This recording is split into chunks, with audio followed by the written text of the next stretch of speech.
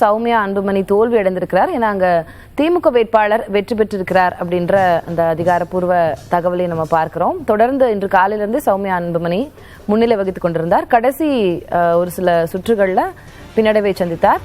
ஆனாலும் ஒரு tough competition கொடுத்திருக்கிறாங்க அப்படின்றத பார்க்கிறோம். அண்மை செய்தியாக நம்ம சிறப்பு விருந்தினர்களிடமும் தொடர்ந்து பேசலாம். இன்னும் அதிகாரப்பூர்வமான வெற்றி நிலவரம் அறிவிக்கப்பட வேண்டியிருக்கிறது.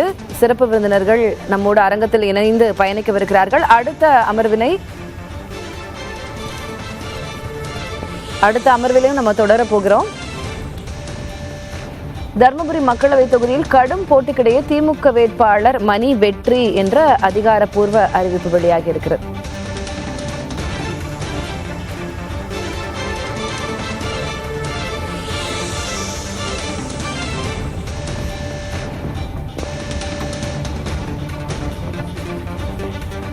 திமுக வேட்பாளர் மணிக்கு ஒரு கடுமையான போட்டி அளித்திருந்தார் சௌமியா அன்புமணி. பாமக வேட்பாளர் பாரதிய ஜனதா கூட்டணியில் இருந்த சௌமியா அன்புமணி தோல்வி அடைந்திருக்கிறார் என்ற அதிகாரப்பூர்வ அறிவிப்பினை பார்க்கிறோம்.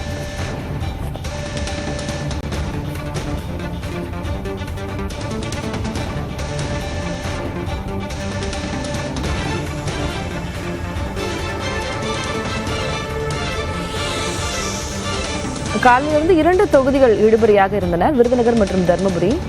அந்த 2 தொகுதிகளும் கூட தற்போது திமுக வசமே வந்திருக்கின்றன. தர்மபுரியில் பெரிதும் எதிர்பார்க்கப்பட்ட பாமக வேட்பாளர் சௌமியா அன்புமணி தோல்வி அடைந்திருக்கிறார் அனைத்து சுற்றுகளின் முடிவிலும் என்ற அதிகாரப்பூர்வ அறிவிப்பினை பார்க்கிறோம். திமுக வேட்பாளர் மணி வெற்றி பெற்றிருக்கிறார்.